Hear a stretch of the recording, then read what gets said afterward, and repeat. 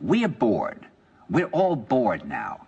But has it ever occurred to you, Wally, that the process that creates this boredom that we see in the world now may very well be a self-perpetuating, unconscious form of brainwashing created by a world totalitarian government based on money, and that all of this is much more dangerous than one thinks, and it's not just a question of individual survival, Wally, but that somebody who's bored is asleep, and somebody who's asleep will not say no? See, I keep meeting these people. I mean, just a few days ago, I met this man whom I greatly admire. He's a Swedish physicist, Gustav Bjornstrand, and he told me that he no longer watches television, he doesn't read newspapers, and he doesn't read magazines. He's completely cut them out of his life because he really does feel that we're living in some kind of Orwellian nightmare now, and that everything that you hear now contributes to turning you into a robot.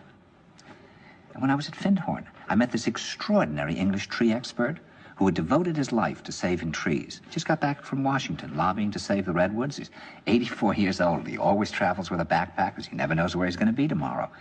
And when I met him at Findhorn, he said to me, "Where are you from?" And I said, "New York." He said, "Ah, New York, yes, that's a very interesting place. Do you know a lot of New Yorkers who keep talking about the fact that they want to leave but never do?" And I said, "Oh, yes." And he said, "Why do you think they don't leave?" I gave him different banal theories. He said, "Oh, I don't think it's that way at all."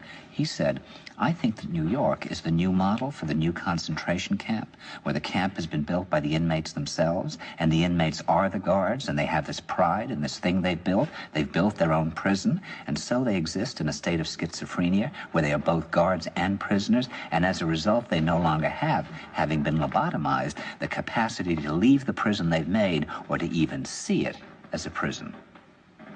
And then he went into his pocket and he took out a seed for a tree and he said, "This is a pine tree." He put it in my hand and he said, "Escape before it's too late." See, actually for 2 or 3 years now, Chiquita and I have had this very unpleasant feeling that we really should get out. And we really should feel like Jews in Germany in the late 30s. Get out of here. Of course, the problem is where to go, because it seems quite obvious that the whole world is going in the same direction.